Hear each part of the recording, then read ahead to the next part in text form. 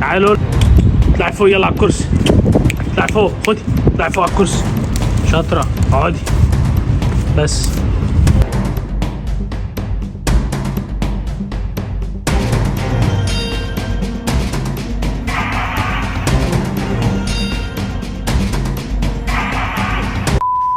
ازيكم متابعين قناه محمد والبطل لولو؟ ازيكم عاملين ايه؟ النهارده فيديو جديد.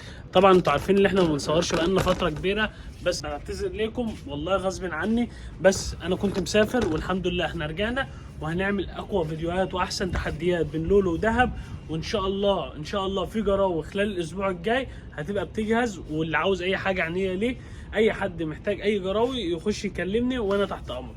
ان شاء الله الفيديو بتاع النهارده هوريكم احنا عملنا ايه عشان حر، وزي ما انتم عارفين اللي الجو حر وخلاص دخلنا في فصل الصيف، فالكلاب ما بتستحملش الحر، الكلاب بتقع في فصل الصيف بسبب الاحتباس الحراري، فانت المفروض تحافظ على كلبك، تحطه في بوكس، شغل له مروحه، شفاط، على حسب، بس اهم حاجه ما يجيش قدامه شمس.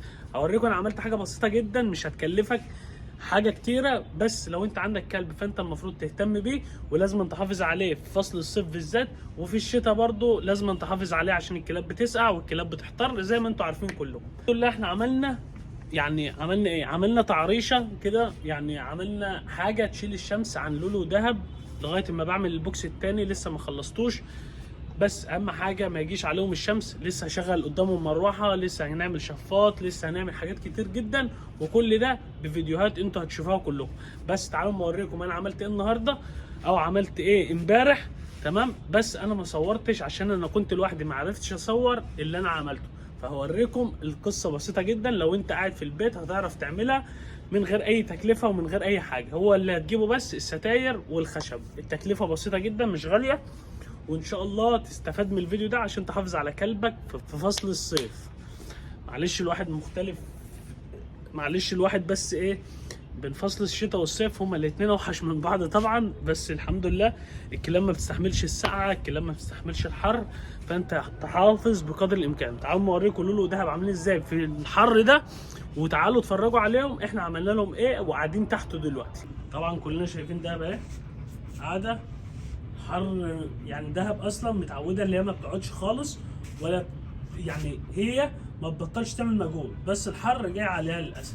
وادي لولو قاعده برده في الحته الظل عشان الشمس ما تجيش عليها، باقي السطح زي ما انتم شايفين كله شمس، هم مش عاوزين يقربوا من السطح خالص غير في الحته دي اللي هم قاعدين عليها. تعالوا يلا اما اوريكم انا عملت لهم ايه، تمام؟ وكنت سايبهم 4 ايام ولسه راجع، كنت في المصيف بصيف وسايبهم. تعالوا ما نشوفهم هم اتعاملوا ازاي وقعدوا ازاي وقضوا حياتهم ازاي في ال4 ايام من غير ما انا اشوفهم. اول حاجه ابتدينا بيها اللي انا كان عندي العمود ده، جبت جردل فاضي ومليته رمل، واخر حته فيه الحته اللي هي لغايه هنا كده سبت يعني خليت هنا رمل، وبعد كده حطيت اسمنت بميه كتير عشان يمسك مع عرق الخشب الطويل ده، تمام؟ لغايه هنا عرق الخشب، بدأت اللي انا ازوده بسدايب عشان يبقى طويل. بعد كده عملت الخشبه دي، تمام، من هنا لغايه هناك عشان تقدر تمسك ايه، مش تمسك، هي ملهاش علاقه بالستاره، بس عشان ايه ما تزقش، هي مربوطه بس رابطه واحده في الستاره، تمام؟ الستاره دي بتنزل تمام لحد الاخر، بس انا برفعها لما بطلع دهب عشان دهب بتقطعها، والشكل العام مش وحش خلي بالكم. بصوا ده الجنب اول لما بيجي عليه الشمس الصبح لازم الجنب ده يتقفل كويس، ماشي؟ بيتقفل لغايه تحت خالص، بس انا رابط الستاره عشان زي ما قلت لكم دهب بتخلص على اي حاجه. تعالوا نشوف الوش بقى، زي ما انتم شايفين الشمس اصلا فوقنا دلوقتي، تمام؟ بس الحته دي مش جايه عليها شمس خالص، بصوا كده. انا بعتذر ان انا ما عرفتش اعمل لكم الفيديو ده وانا بعمل الحاجه، بس غصب عني والله عشان كنت بعمل لوحدي، فما عرفتش ان انا اتعامل او اصور، تمام؟ والواحد كان متشعلق والحوار كان صعب جدا، بس انت تقدر تعمله انت وصاحبك او انت واي حد. والبوكس زي ما انتم شايفين سايبه نضيف، رجعت لقيته نضيف زي ما هو، والفرشه ما اتحركتش، الميه قدامهم، الميه موجوده التانيه، والاكل كان بيطلع لهم كل يوم. فانا عاوزكم اي حد عنده كلب يحافظ عليه من الحته دي زي ما قلت لكم. حته الشمس تخلي بالك جدا جدا جدا من الشمس. اكتر وقت الكلاب بتقع فيه وبتموت وبتسيبنا بسبب الاحتباس الحراري في فصل الصيف. خلي بالك من كلبك، اهتم بيه، حميه كل يوم او كل يومين وحافظ عليه من الشمس. مش عاوز اكتر من كده. تمام. الاكل مش هتلاقي الكلب بياكل معاك كتير. الكلب ما بياكلش معاك كتير في فصل الصيف زي فصل الشتاء.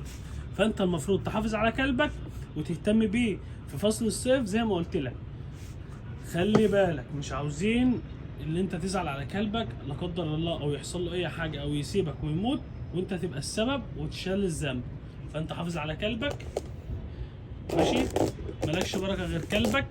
اهتم بيه، دلعه، جريه، لعبه، اعمل له كل حاجه. بس وقت الشمس اللي هي اخطر مده من الساعه 9 الصبح لحد الساعه 2 3 العصر، ده اصعب وقت الكلب ممكن يقع منك فيه. وساعات 4 العصر كمان، فخلي بالك. مش هقول لكم تاني. تمام. واكتبوا لي تحديات عاوزينها في الكومنتات، واكتبوا لي فيديوهات لو انتم محتاجين تدريبات او محتاجين ان احنا نعمل اي حاجه جديده. اكتبوا لي في الكومنتات، هستناكم. ما تنسوش تعملوا لايك واشتراك للقناه. احلى مسا عليكم، سلام.